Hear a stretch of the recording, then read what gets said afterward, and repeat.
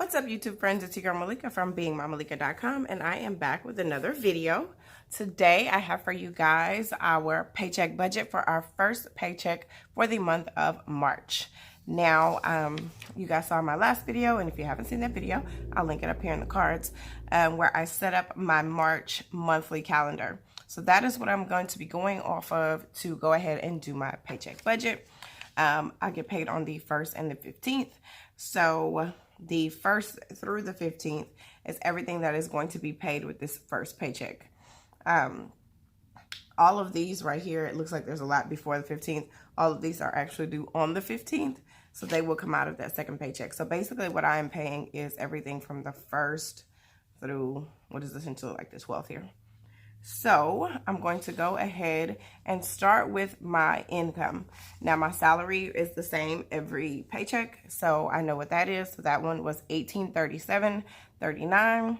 Rollover, we're gonna go ahead and put as 0. I did receive my tax refund, but I am tracking that separately from my regular monthly income and my regular monthly budget, because we did set up a budget for that, and we're doing some very specific things with that tax refund. So now I have 0 rollover. Child support, we did not get any this pay period. Bonus is my income from my other 2 jobs, and so I got paid from my part-time retail job $40.26 and $85 from my contract job. So that gives us a total of $125.26 in second income, and we're just gonna add that up to total up our income for this first paycheck. So we have, let's clear this, $1837.39 plus $1837.39 plus $125.26, and that is why do I keep erasing it? $1839.37.39. What am I doing today? I haven't had any coffee, so that is probably why I can't seem to type or add or anything else today.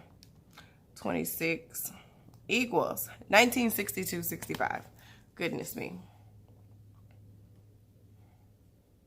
62.65, and that is what our income will be that we are working for this paycheck. Now, like I said, we know we have our set expenses. So our mortgage is $980, Great Lakes is $25, Frontier is $90, Verizon is $276, and we are paying on our Christmas vacation. So we're just gonna set that up like a regular monthly payment. Verizon, I did go ahead and pay off our cell phones, so that bill should be going down. But as of right now, when I just looked at my bill, it still says the regular $276. So I'm just going to pay it as though that is what it is. And if there's something different, then they'll either give me a credit or for the following month or something. But for right now, we're just going to budget it what it says. That way there's no surprises when we actually go through our budget. That is it as far as our expenses for the first part of the month, our fixed expenses at least.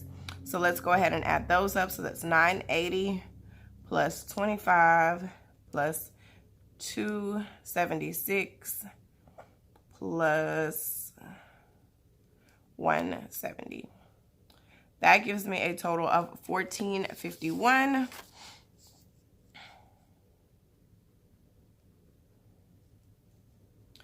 And I'm not gonna count the change here. Generally, what I'll do with my income, I'll round down, and with my expenses, I'll round up. That way it gives me a little bit of cushion there. So we're gonna take 1962 and we're gonna subtract 1451 from that. And that is gonna give us a total of $511.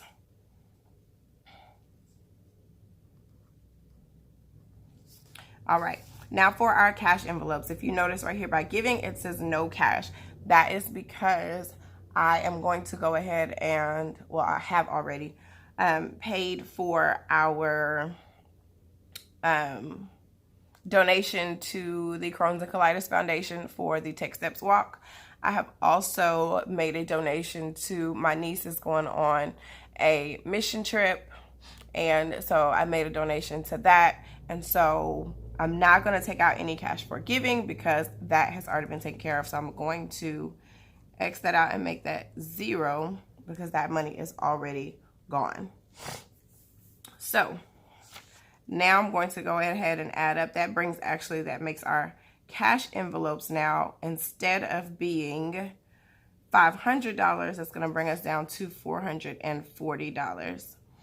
And 511 minus $440 gives us $71 left for our cash envelopes.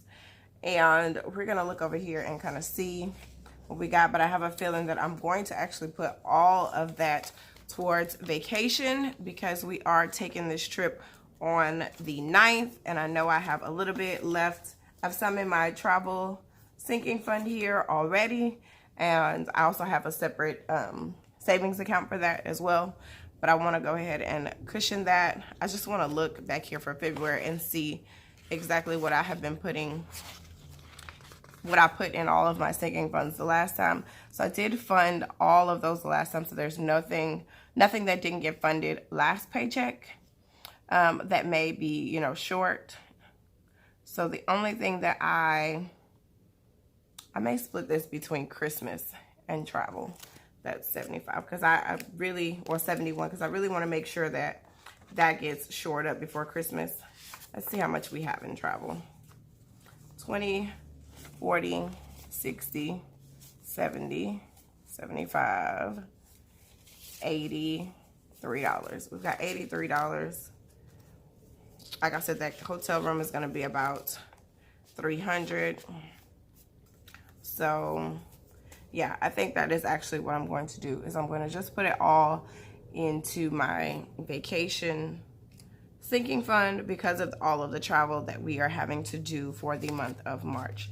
So that's going to be $71 there, which is a total of $71, which leaves us 0 from this paycheck for anything else going on. So we're just going to carry those zeros down, which gives us a zero-based budget.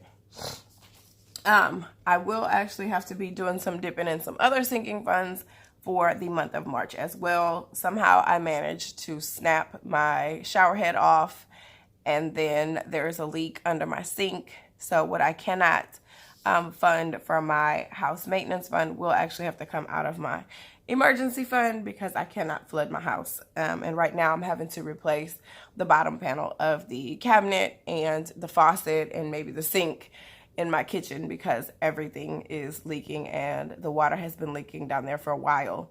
As you guys know, if you've watched any of my cleaning videos, I do not actually clean my kitchen. My teenage daughter does. So I don't wash the dishes. So she went out of town this weekend, so I had to wash dishes. And that is how I found out that the sink was leaking so badly. And so here we are now, new sink, new faucet, new plywood underneath the sink.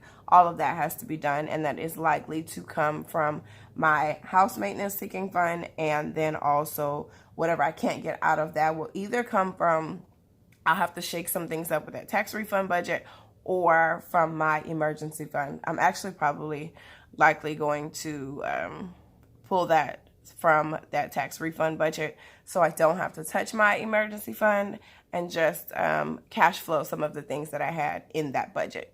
That probably means what I'll do is, instead of getting all of our passports at one time, my middle son actually won't even be here for our passport appointment, so I was going to have to move his passport appointment to April anyway. I'll probably just cash flow his in April and use that for the repairs that we're having to do to the kitchen.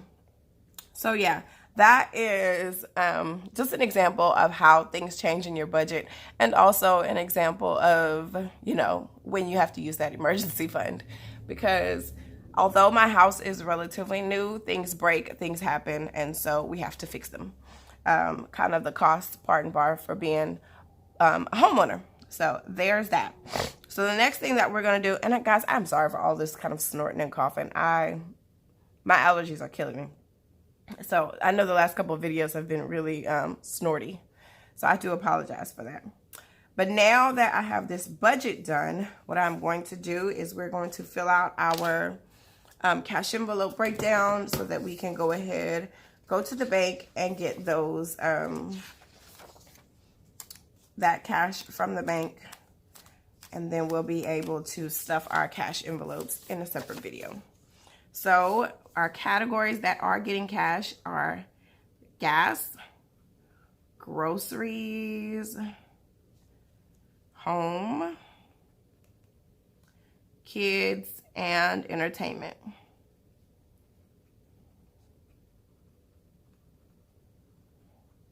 And gas gets 100, groceries gets 200, home gets 40, kids gets 60, and entertainment gets 40. As far as this trip, that food will come out of the food for the trip, since we're on spring break and I would have bought groceries for that week anyway, it's going to come out of our regular grocery budget. We are actually really not big spenders on vacation. We tend to want to do and less eat. So besides, you know, maybe dinner every night, we're going to have, the hotel has breakfast, so we'll eat breakfast at the hotel. We tend to go to the theme park in the morning through the early afternoon and then stop at somewhere like a McDonald's or a Jack in the Box, something like that, afterwards, and then have dinner. Either, we're big fans of Uber Eats when we travel, something that we'll either Uber Eats or a kind of chill restaurant somewhere around our hotel. So we don't typically spend a whole lot on food when we travel, not much more over our regular grocery budget, because we try to plan for those expenses when we book the hotel. I'm also thinking about, for our that trip, getting what they call a POGO pass in Dallas, and there are some food places that are included in that POGO pass, including Incredible Pizza, which is a big, well, it's not Incredible Pizza anymore, It's Pizza, which is a big thing that my kids like to do because they have an arcade, and ours has a bowling alley and all that kind of stuff in there too. So that may be one of our dinner options, which will also save us from food because it's included in the ticket package that we're going to buy. So all that being said, let's total up what we need to do for our cash envelopes. We also have that vacation sinking fund, which is getting $71. So if we add all of those up, we have 300 plus 40 plus 60 plus 40 plus 71. So our total for those envelopes is $511. So for gas, we always do 250s. I have to say, you guys, I'm really proud of my daughter. I have not had to give her gas money. She has been floating her own gas somewhere between what she's got from her paycheck. I don't know if she's hustling her papa or whoever, but I have not had to give her gas money this month. So shout out to her. Groceries, we're going to do 2 $100 bills. Home gets 2 20s. Kids is going to get, I'm going to go ahead and do 3 20s for that one as well, just because I know a lot of that will be spent obviously on our travel. Entertainment is going to get 2 20s. Vacation is going to get 150, 120, and one $1 bill. So 50, 70, 71. Bill count. So we got one $1 bill, 3, 4, 5, 6, 7, 8 $20 bills, 3 50s, and 2 100s. So that's $1, $160, $150, and $200. 200, 310 is 5, 10, 11. So that is $511 here, $511 here, and we're going to make it $511 here. So that's one $1 bill, 0 5s, 0 10s, 8 20s, 3 50s, and 2 $100 bills for a total of $511. This is what I will give them at the bank to go ahead and pull my cash out. And that is it. So I will go ahead and go to the bank. My checks have been depositing early, which is good because that means I'm able to get these videos out a little bit faster for you guys.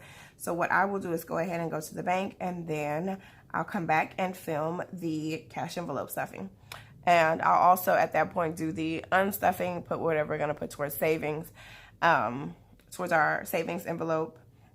And I think actually I'm going to film a separate video where I do kind of a budget closeout for the month and show you guys exactly what I put towards my debt snowball item. So if you do like videos like this, if you're enjoying our paycheck budgets, make sure that you give this video a thumbs up, and also leave a comment down below with any questions that you may have. I will make sure that I answer them in as timely a manner as I can. And I thank you guys so much for watching. I'll catch you in the next video. Bye-bye.